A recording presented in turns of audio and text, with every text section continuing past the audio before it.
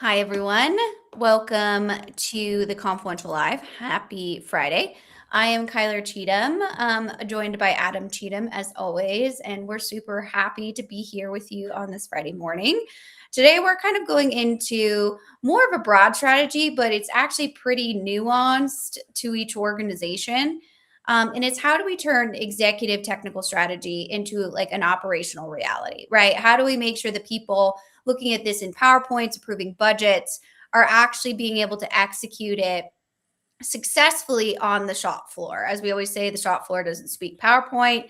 And so we need to be able to decide how that really works within our organization. So we're going to, take you through some examples today and kind of have that conversation. But before we do, just a few logistics. We are live on YouTube and LinkedIn today. So if you're joining us from our TikTok stream, welcome. We're excited to have you here, but feel free to drop your thoughts on the conversation. That's a big piece of this live, is being able to share all of these different ideas, different approaches, because no two businesses are the same, right?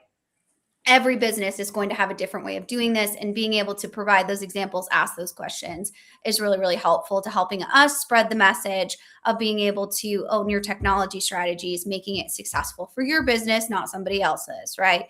So with that, Adam, I'd love for you to do just a quick intro on, what you're feeling like today on this Friday morning, and we'll get into it. Well, those are two different topics, aren't they? My name is Adam Cheatham. I'm the CEO of The Confluential. What I'm feeling like on this Friday morning is that I'm ready for the weekend. It's been a busy week, but we've also had a great week of topics like turning executive strategies into operational realities, right? So when we think about technology, everybody wants technology to be the backbone of their business. They want AI to be the accelerator of all of their things, and there's all these conversations that sound great. This is what we're doing. AI is accelerating our business. Okay, how? And that's that singular question, how, followed just as much by why, Mm-hmm. are two of the most important pieces of how you turn executive strategy into an operational reality.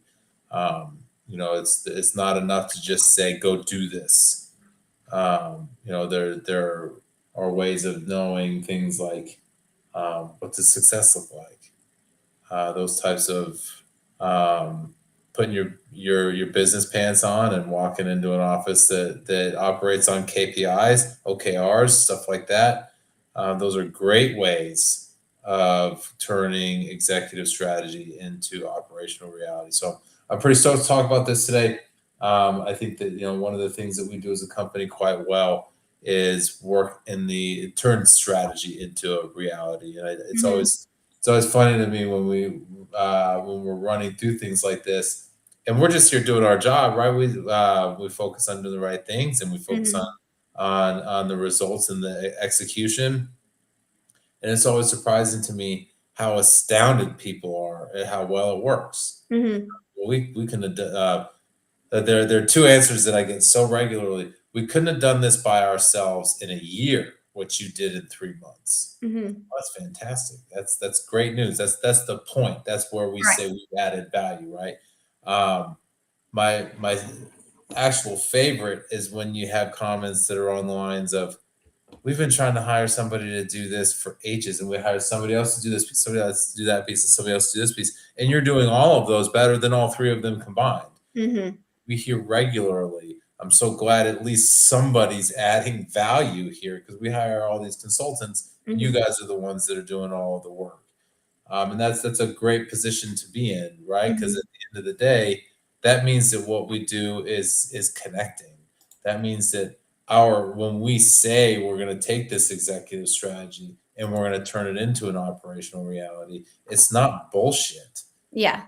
right? That's the thing, and that's I think what differentiates us so much as an organization. Is a lot of companies out there that just talk about it like, if you say it enough times it will happen, like you can wish it or will it into Mm-hmm. reality, and that's just not the way that it goes.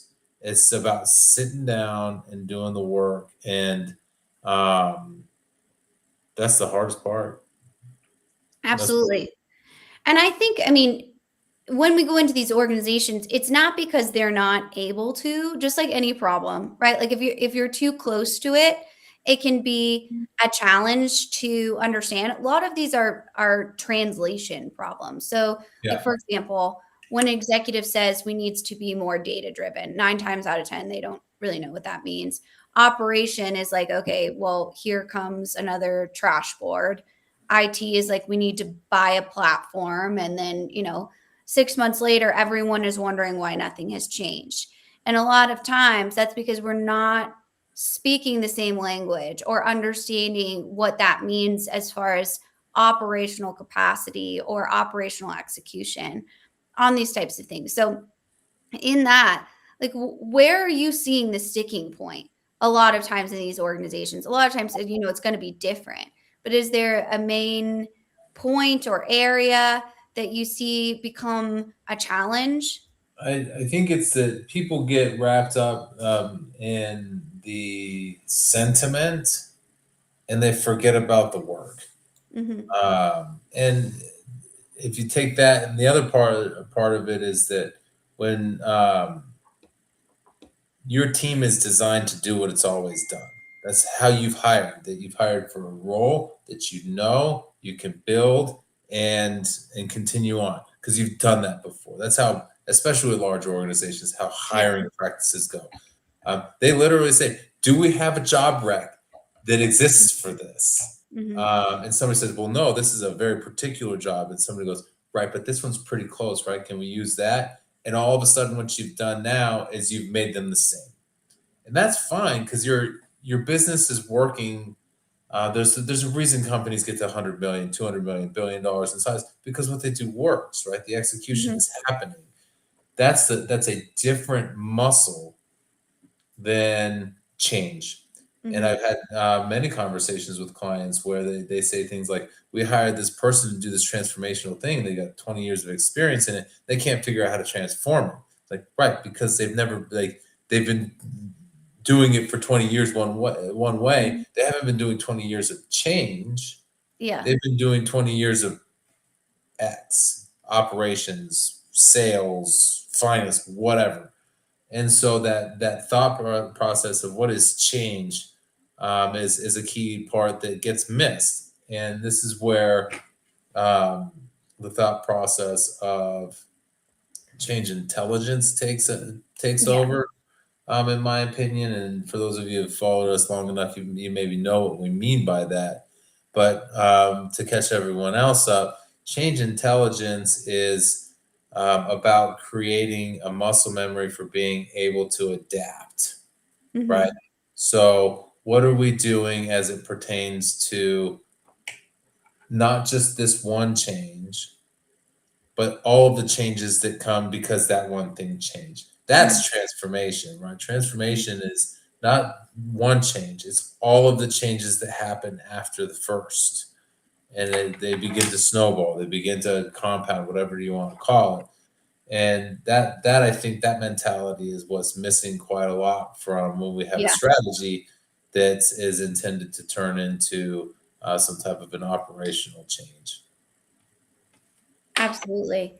And I think the level at which a lot of times those things get really messy is like the ownership, right? Like it's very difficult to know. Like we, often kind of go against the grain when it comes to change management because that's, a softer skill, not that it's a bad skill, right? But it is something that a lot of times that's going to be owned by like HR or a change management team in general, and we're less focused on the overall understanding of that, but more of how are we going to execute it in operations? That's going to be the change. How are we going to make this frontline worker completely change their job? That now they're, from driving a forklift to behind a computer screen driving the forklift with, Yeah. those types of different pieces. That's the change piece. But I think a lot of times where that gets lost is the ownership. Like, would Hmm. you agree? I'd say so, yeah, because it takes multiple levels of an organization to change. especially if it's an executive strategy that needs to go all the way down to the shop floor, the warehouse floor, wherever it is. It's the people that do the job every day. And there are often multiple levels of management where that message gets softened again and again and again and again. And one of the things that I've seen that's really useful, one of our clients does this on the regular. They set objectives every year. The CEO says these are our company Mhm. objectives every year. And then what they do is they tie everything they do to them. Not not it's not a he sets it and then expects everybody else to facilitate it. He sets it and then his executives carry that his the, Mhm. below him carry those messages and say this is what we're rallying behind. But there's a communication in that where this president of this company owns that relationship not just with his executives but Yeah. several levels down Yeah. where they know what he wants and they know what he means. He communicates that well. So when he says, when we're talking about what operational excellence is, he knows what that means for each department. So he expects the people that work in those departments to know what that means for them. Mhm. And Mhm. then he sets the stage for saying, and I expect you to live that. And it Mhm. becomes livable because he engages with it. And then he helps his executives do that and he connects at multiple levels. And then initiatives come to the table. There are, I want to do this. And the answer, the question about why is well, because it aligns with this and this and this. And then the Yeah. next question is how? How does it align with those things? And how are you going to execute it in a way that aligns with those things? And all of their projects come in a way that are designed in that space. And not everybody's as good at it as others, but they also have mechanisms for um, how do we connect this good idea more directly to those things so that the way that we execute it is within that executive strategy because you could take the same project and you can execute it one way that is not this misaligned and heads off in the wrong direction, or you can Mhm. execute it in another way where it's nice and tightly synced, and then all of a sudden all the other things that are nice and tightly synced with that fit together as opposed to are all over the place. So, executive strategy, I want to build a house. Mhm. Then layering down, how do we pull out each of those kind of strategic objectives like from that, right? I want to build a house. Well, how many bedrooms does it have? How many bathrooms does it have? Right? How do we kind of go into making sure that we're building a house, right? But are we building, a house that is 20,000 square feet versus the 12, right? Do you see what I mean? I get what you're saying. I think that the question becomes what is the executive looking for in this and how do we align behind it, right? Some of this is some of this is about a company culture, Yeah. right? There's not any real way around that. If the executive says this and the rest of the company culture isn't aligned towards that, they're stuck in a look. We're just here to do a job.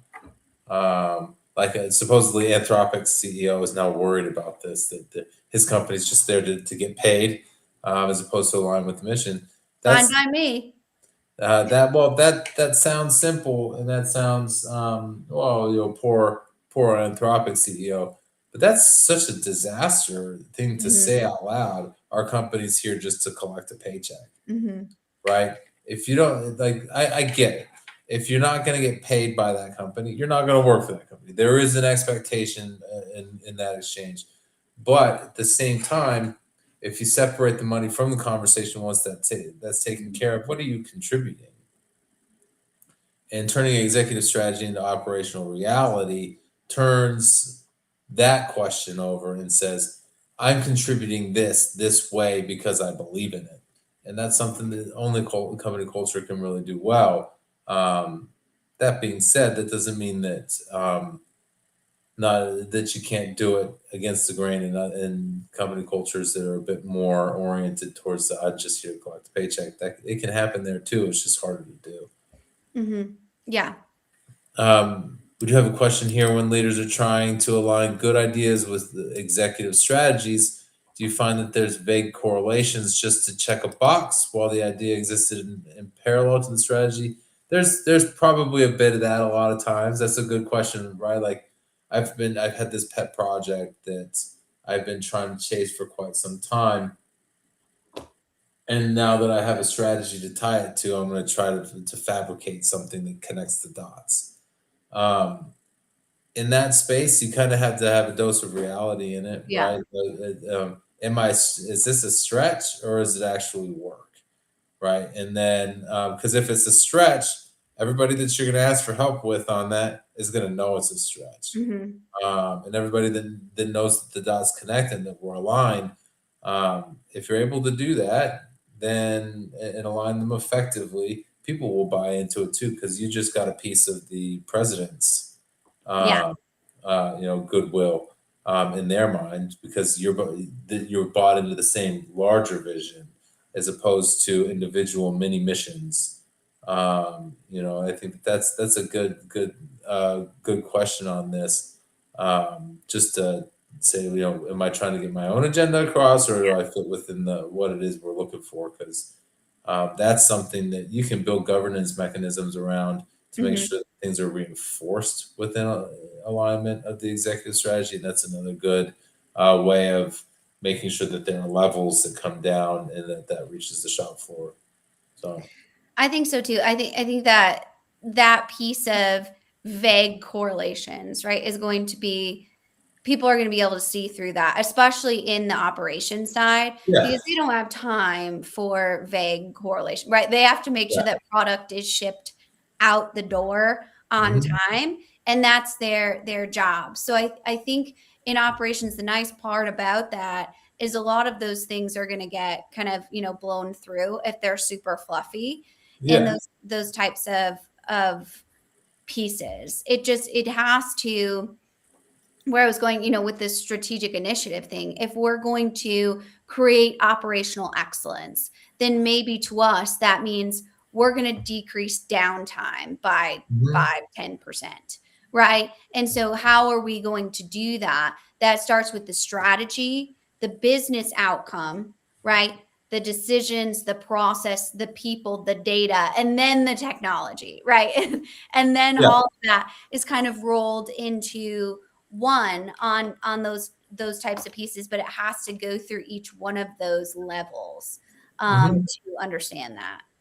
Well, I think that's a great point, especially as you start thinking about tying it to something that exists, right?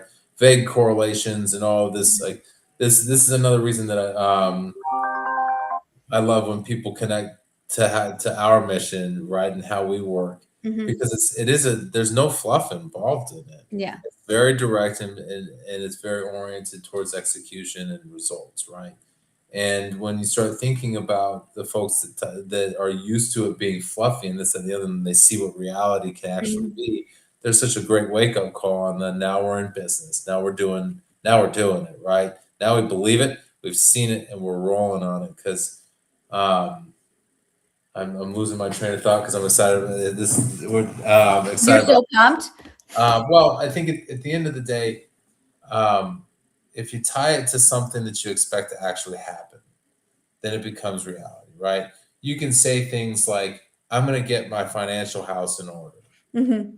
and then and if you stop there, you say nothing about what that means. Are Hmm. we even talking about making sure, for example, that our cash flow in is greater than cash flow out? Well, Right. never thought of that. Okay, well, what we just did is we established two metrics and saying, I want to measure this one and I want to measure that one. Actually, we established three because we Hmm.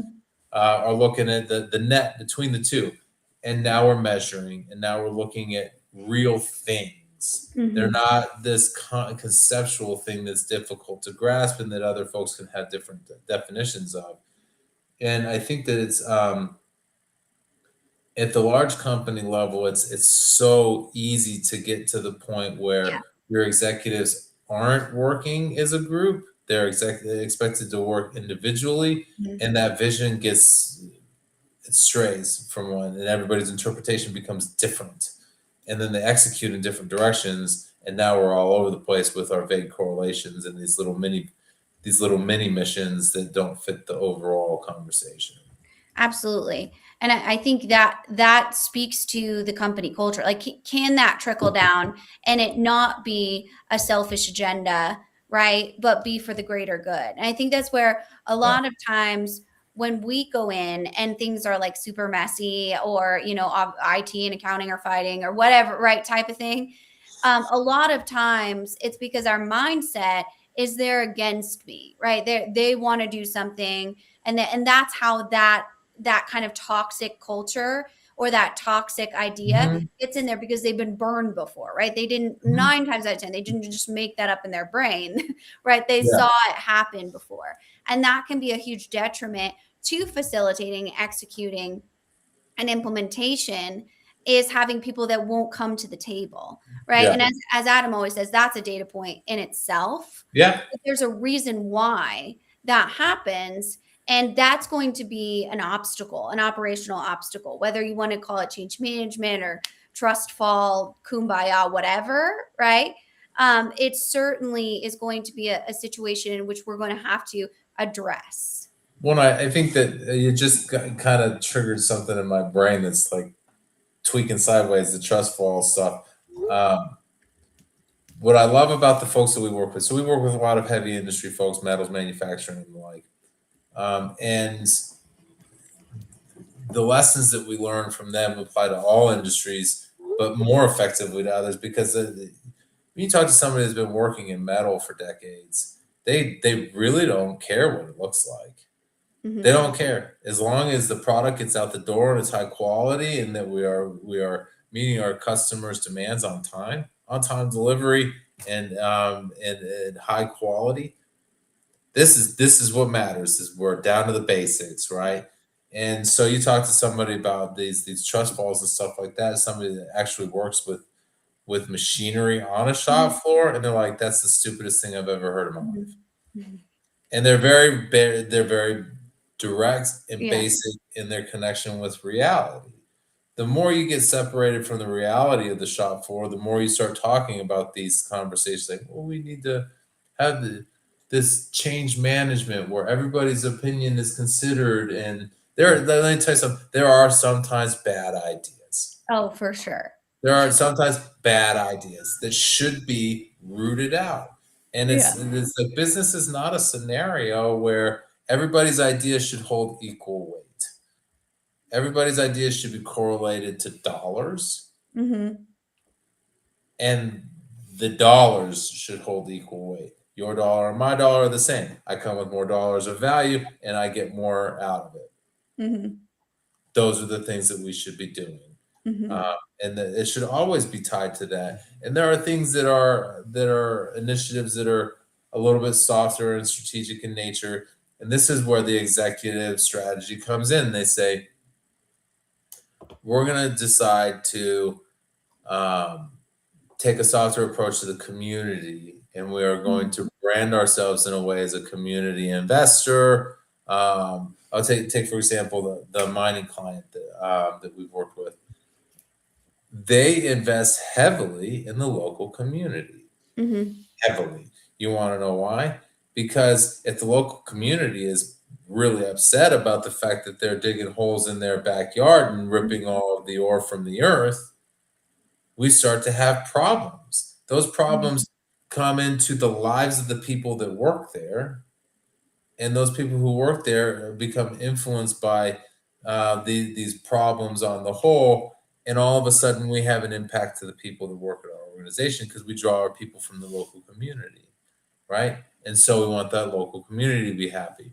Another great example of a client I worked with in the past, when they do company wide engagement surveys to track, make sure that their employees are happy.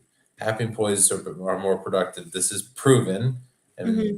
not because we want them to simply be happy, It's because we want them to stick around. We want their productivity to be high, and that's good for both of us, right? Mm-hmm. Your productivity is high, that works for me. You're a happy employee because I do good things for you, that works for you. We're in an awesome spot together. Yes, this is a relationship. And so we're focused on it that way. But they take it one step further in making sure that they get not just the employee, they survey the employee's family. Why? Because their culture is driven around, if my person needs to go home to their family. And I mean, how many people have seen it out there where uh, mom or dad comes home from work and they're just driven down to the bone. They're upset. They're angry. They bring all their stress home. And what does their spouse or partner say? You should quit that job. It's not worth it. It's driving you crazy. It's ruining your happiness. And that's in turn ruining mine. And so they're surveying the family Mm-hmm. to make sure that, are there people going home happy?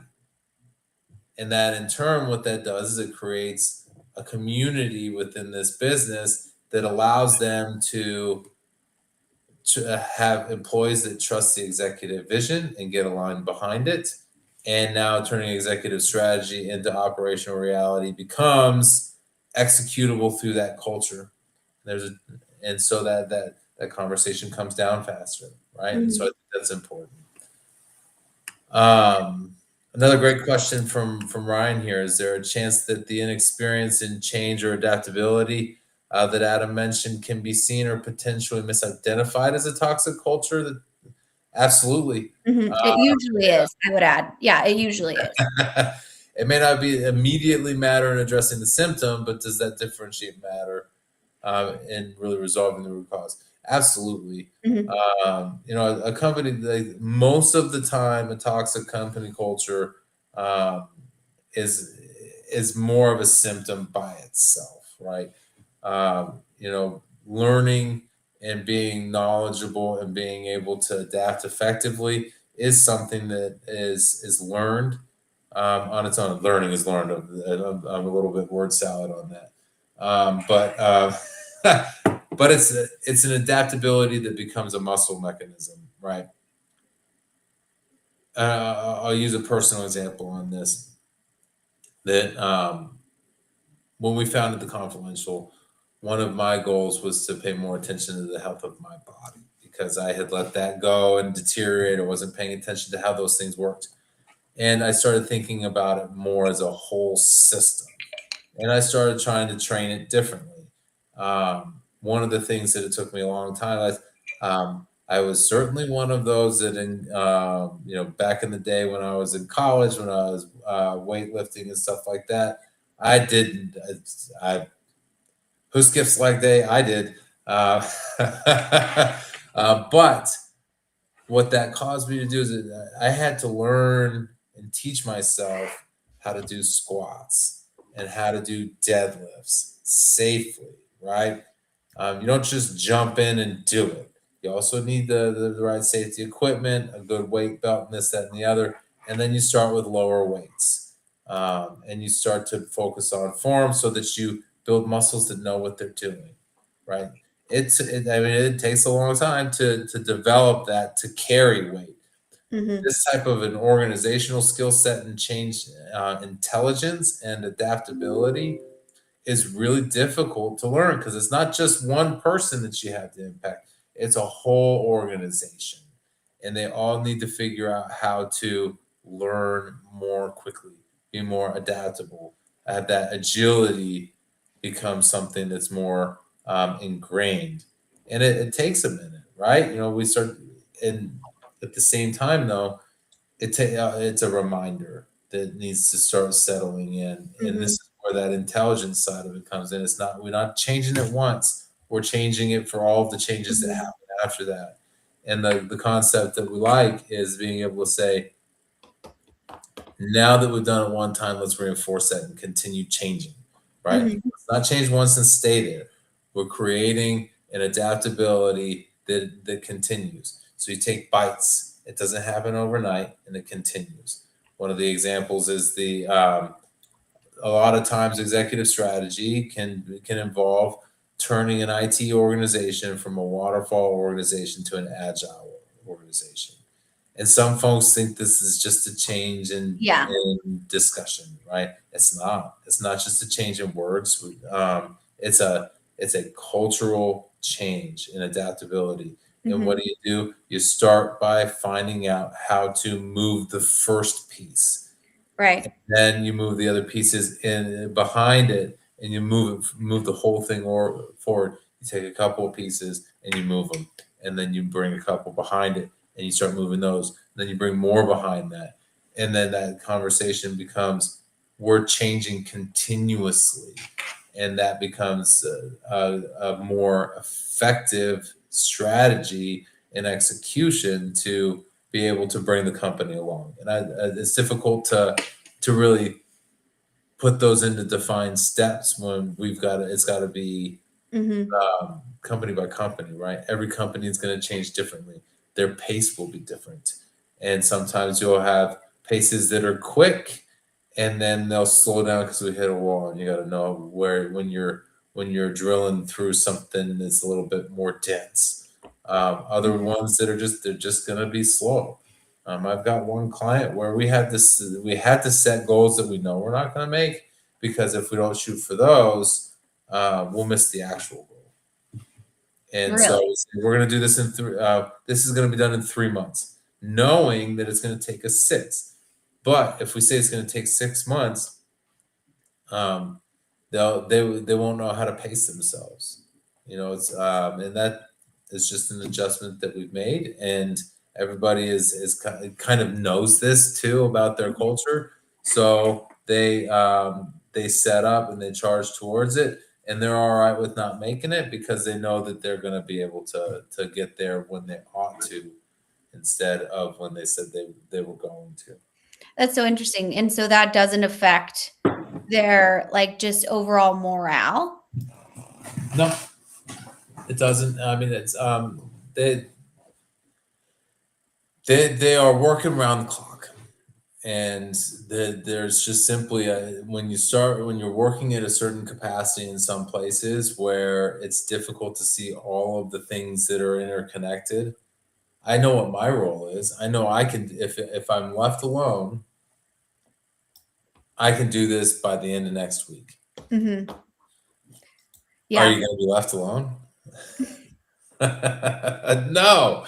So what do? Let's bring back the financial conversation, right? Yeah. Personal finance. I know how much I spend in a month, right? I've been paying attention to this. I know that, and I know that I'm going to spend X amount of dollars in a month. And then somebody says, "Okay, is it going to go exactly like that?" Well, no. My kid's going to end up in the emergency room at some point.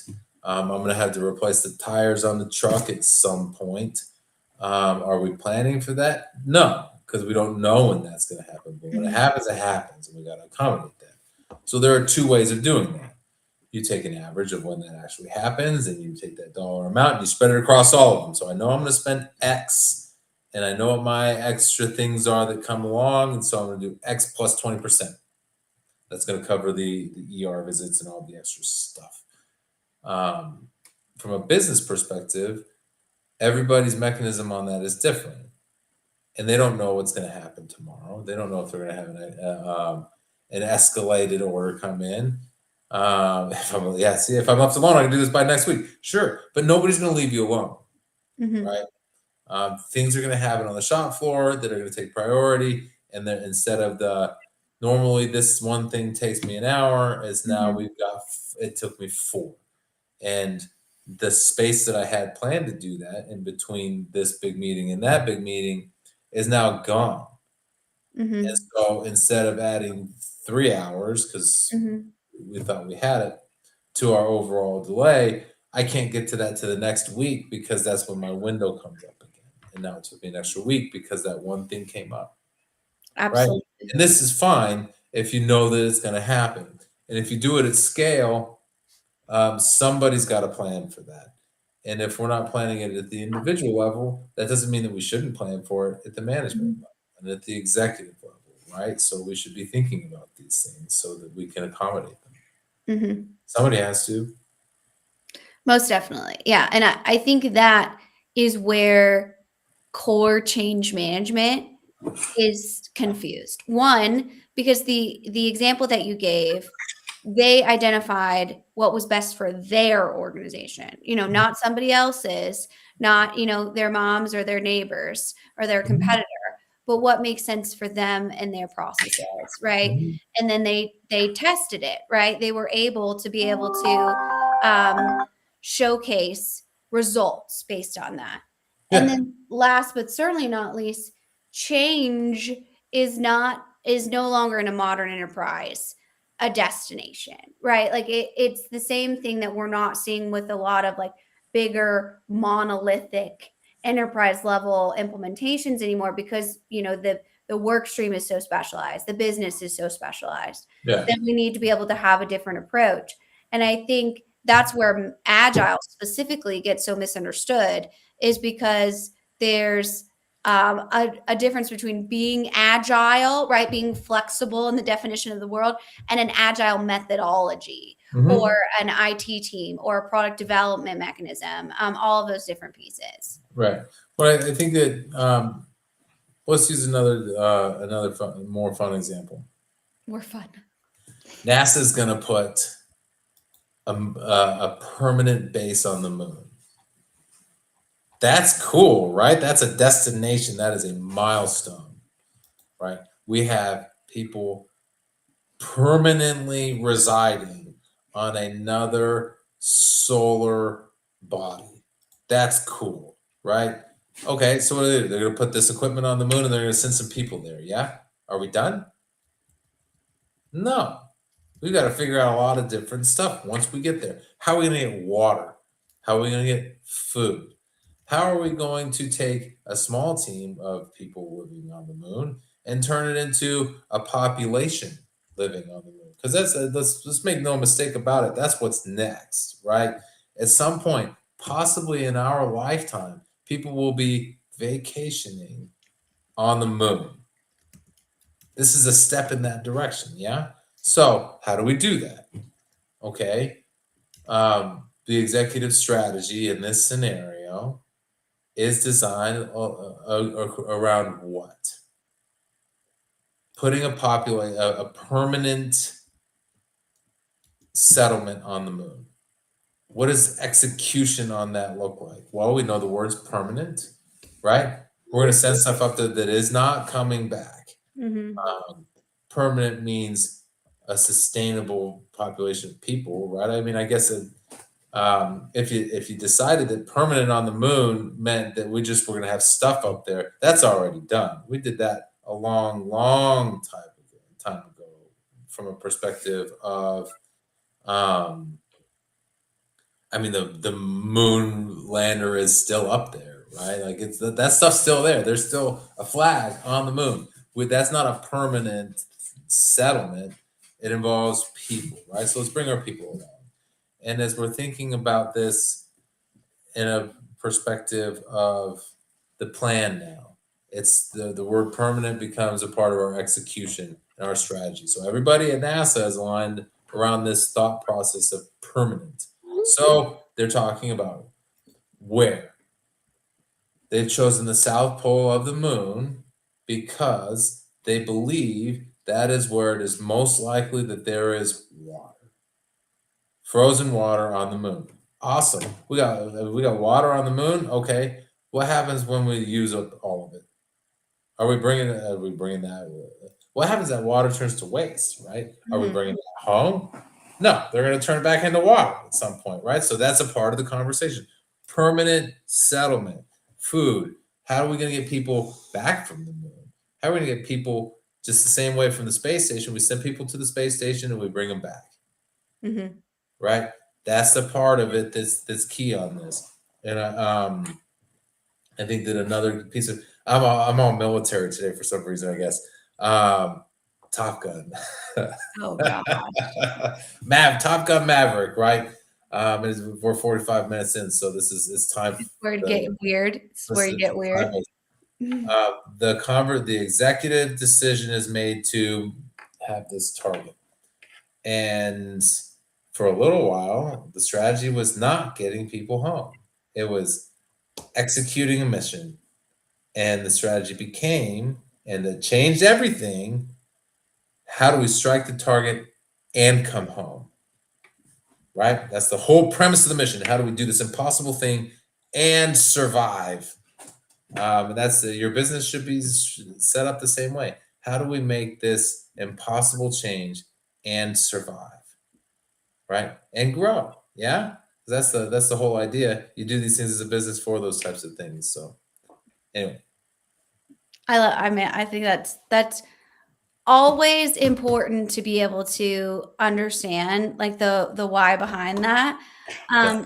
I think the biggest piece in kind of like closing out this conversation is, what do you suggest when we have, bigger executive strategies and they're having trouble translating? What are a couple things people can do that you can really help with? And let's do Ryan's question before that one. Okay. Okay.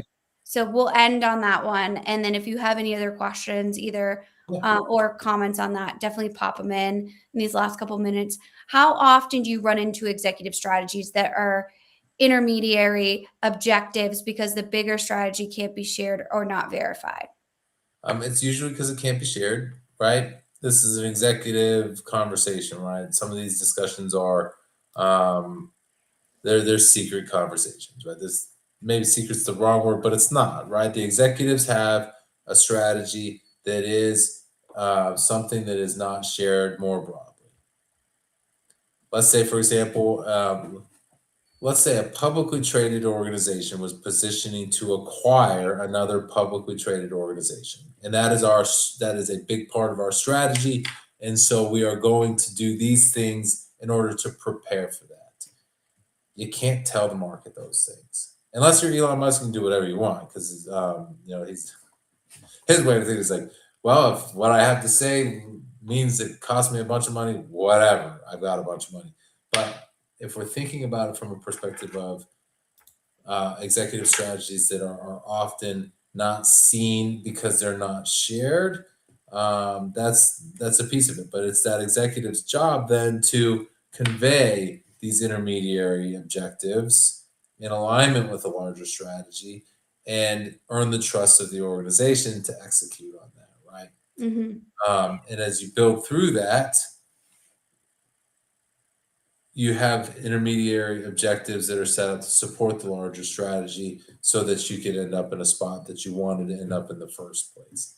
Mm-hmm. That's pretty common. So when we think about that type of thing, and to connect that to your question on what does it actually look like Mm-hmm. when we get into these things, what do you focus on? The focus is on the keeping things nice and tight and keeping things really well aligned towards an actual purpose. You would be shocked at how useful an agenda and a purpose is Absolutely. for a Yeah. meeting. You will also be shocked at how much more you can accomplish in 30 minutes than an hour. It sounds it sounds backwards, right? But No. let's get down to this. Um, in a half an hour conversation, I know I've got an agenda. I've got three things to accomplish in 30 minutes. And I'm gonna go bang, bang, bang. Because I gotta knock this out. I don't have time for chit chat. I'm gonna knock it out. And in 30 minutes, towards the last 5 minutes of it, because I've been cranking along at a good pace, the last 5 minutes are all right, we set out to get these three things. What are they? Or do we need more time? And then, well, we got those three things. So here they are, one, two, three. In an hour-long conversation, how much time do you spend when somebody sees an hour-long conversation on their calendar? They're more likely to show up 5 to 10 minutes late. Mm-hmm. So you're really more like a 50-minute conversation, and then you spend the first 5 minutes chit-chatting while we wait for them, because it's not well, these aren't one-on-one discussions. You chit-chat, and that chit-chat turns into when so and so shows up, all right, let's start the discussion. But we've already started a pace of chit-chat, and so and so shows up, hey, we were talking about, it's Friday morning, what are you doing this weekend? Oh, and now all of a sudden that person showed up 5 minutes late. Now we've taken up our 10 minutes, and then we're in a slow start.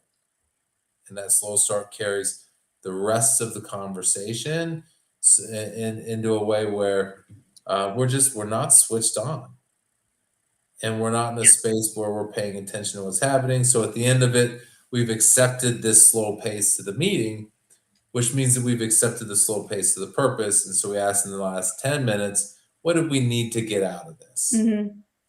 And we get back into the wishy-washy conversation because we've allowed it to become that.